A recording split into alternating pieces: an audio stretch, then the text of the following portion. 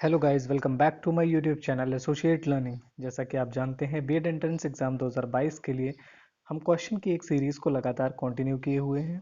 अगर आपने अभी तक वीडियोस नहीं देखे हैं तो आपको हमारे चैनल पर पूरी प्लेलिस्ट मिल जाएगी। आप क्वेश्चंस को एक एक करके देख सकते हैं। साथ ही साथ ये जो सीरीज़ है ये आपके एग्ज़ाम के लिए काफ़ी यूज़फुल होगी, इसलिए एक भी वीडियो को मिस ना करें। इस सीरीज़ को आगे बढ़ाते हुए हम कुछ नए क्वेश्चंस लेकर आए हैं, तो चलिए शुरू करते हैं। पहला क्वेश्चन है, पुराण में एक प्रत्यय संयुक्त होकर क्या शब्द बनाता है। तो अगर हम पुराण में एक लगा दें तो क्या बन जाएगा, ये बन जाता है पौराणिक। ठीक है, संधि के नियमों के अनुसार ये चलता है, इसलिए पुराण किस में बदल जाता है, पौराणिक में बदल जाता है। तो इस क्वेश्चन का करेक्ट आंसर क्या हो जाएगा, ऑप्शन ए पौराणिक इसका करेक्ट आंसर हो जाएगा। अगला क्वेश्चन है, कोई आया है वाक्य में कोई किस प्रकार का सर्वनाम है। पूछा गया है कोई किस प्रकार का सर्वनाम है। ऑप्शन ए प्रश्नवाचक, ऑप्शन बी पुरुषवाचक, ऑप्शन सी निश्चयवाचक या ऑप्शन डी अनिश्चयवाचक। तो इसका करेक्ट आंसर हो जाएगा ऑप्शन डी अनिश्चयवाचक। अनिश्चयवाचक है कोई जो है वो एक अनिश्चितता को दर्शाता है, इसलिए कि ये क्या है, अनिश्चयवाचक सर्वनाम है। यहाँ पर प्रश्न नहीं पूछा जा रहा, प्रश्न पूछने के लिए पूछा जाएगा कौन आया है। ठीक है, तो कौन आया है नहीं पूछा गया, कोई आया है। तो कोई आया है मतलब आया तो है कोई ना कोई, लेकिन कौन आया है ये मुझे नहीं पता है। तो इसलिए कोई क्या हो जाएगा, अनिश्चयवाचक हो जाएगा। जबकि कौन क्या होता है, कौन एक प्रश्नवाचक शब्द है, इसीलिए इस क्वेश्चन का करेक्ट आंसर हो जाएगा ऑप्शन डी अनिश्चयवाचक। अगला क्वेश्चन है, गंगा गए गंगादास जमुना गए जमुनादास लोकोक्ति का सही अर्थ है। ऑप्शन ए अपने काम से काम रखना, ऑप्शन बी तीर्थ यात्रा करना, ऑप्शन सी महान भक्त होना या ऑप्शन डी अवसरवादी होना। तो इस क्वेश्चन का करेक्ट आंसर है ऑप्शन डी अवसरवादी होना। अवसरवादी होने का मतलब है अपने अपने अवसर के अनुसार कार्य कर लेना। मेरा अवसर आएगा तो हम अपने हिसाब से काम कर लेंगे, तुम्हारा अवसर आएगा तो तुम अपने हिसाब से काम कर लेना। इसीलिए इस लोकोक्ति का प्रयोग किया जाता है कि गंगा गए गंगादास और जमुना गए जमुनादास। अगला क्वेश्चन है, निम्नलिखित में से तत्पुरुष समास कौन सा है। ऑप्शन ए प्रतिदिन, ऑप्शन बी कोना कोना, ऑप्शन सी पथभ्रष्ट या ऑप्शन डी मारपीट। जब भी तत्पुरुष समास आता है तो हमें क्या ध्यान रखना होता है, कारक। जिस शब्द में हमें कारक चिन्ह देखने को मिल जाएगा या फिर शब्द में हम कारक चिन्ह पहचान लेंगे, बस वही हमारा क्या हो जाएगा, तत्पुरुष समास हो जाएगा। तो इस क्वेश्चन में अगर हम देखें पथभ्रष्ट, पथ भ्रष्ट, इसको अगर हम तोड़ते हैं तो क्या हो जाता है, पथ से भ्रष्ट। से क्या है, कारक चिन्ह है, तो आंसर हमारा क्या हो जाएगा, ऑप्शन सी पथभ्रष्ट हमारा आंसर हो जाएगा। अगला क्वेश्चन है, भक्तिकालीन संत परंपरा के प्रसिद्ध कवि कौन थे। Option A Jaishankar Prasad, option B Meera, option C Bihari या ऑप्शन डी कबीर। अगर हम ध्यान से देखें ऑप्शंस को तो जयशंकर प्रसाद और बिहारी ये दोनों भक्ति काल से जुड़े हुए नहीं है, तो ये दोनों तो आंसर नहीं होंगे। अब बचते हैं मीराबाई और कबीरदास। तो मीराबाई कौन थी, ये कृष्ण भक्त थी, जबकि जो कबीरदास थे वो एक संत थे।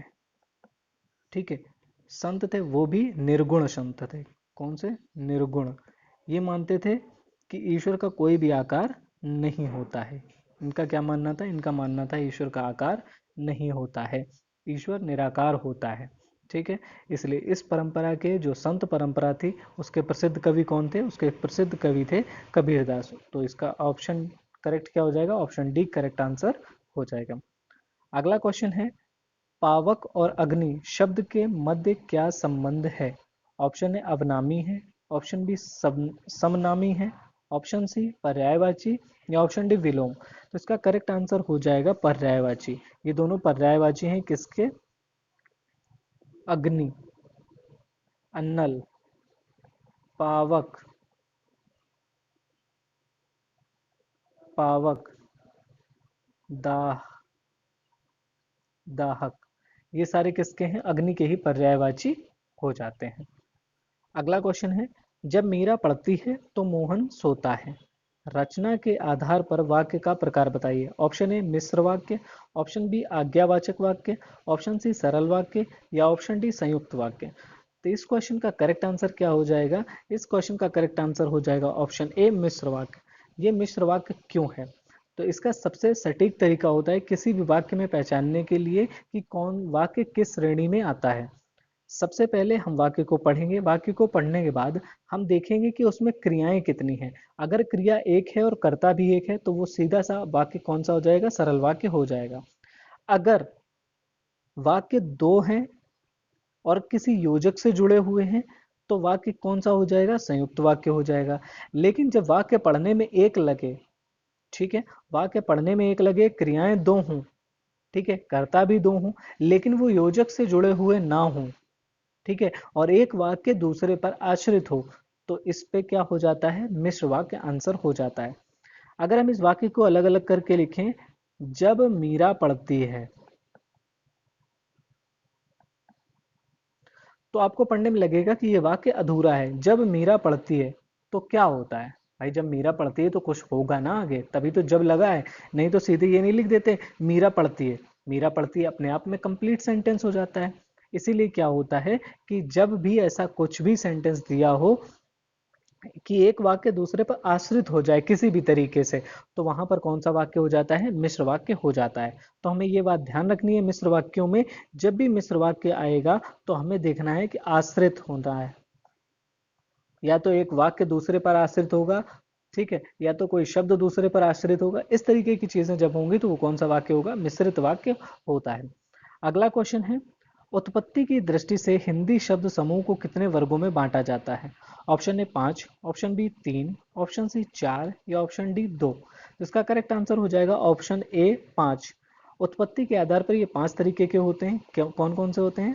पहला होता है तत्सम, दूसरा होता है तद्भव, तीसरा होता है देशज, चौथा होता है विदेशज, और पांचवा होता है शंकर शब्द।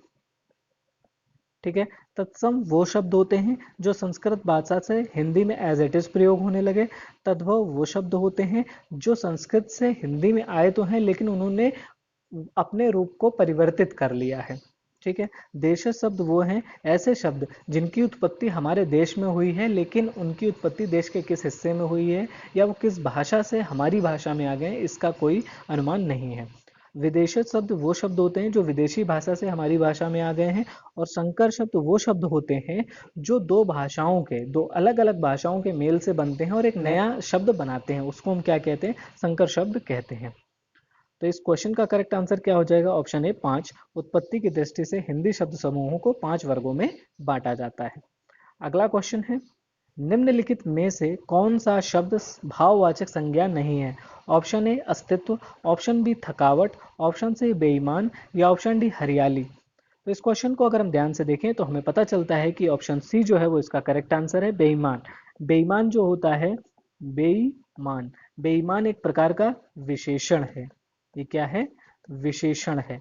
और इस विशेषण से भाववाचक संज्ञा बनाई जाती है जिसे हम कहते हैं बेईमानी। अगर हम इसमें ई की मात्रा जोड़ दें तो बेईमानी हो जाएगा और बेईमानी एक भाववाचक संज्ञा हो जाती है। लेकिन बेईमान क्या है? एक विशेषण शब्द है। तो इस क्वेश्चन का करेक्ट आंसर क्या हो जाएगा?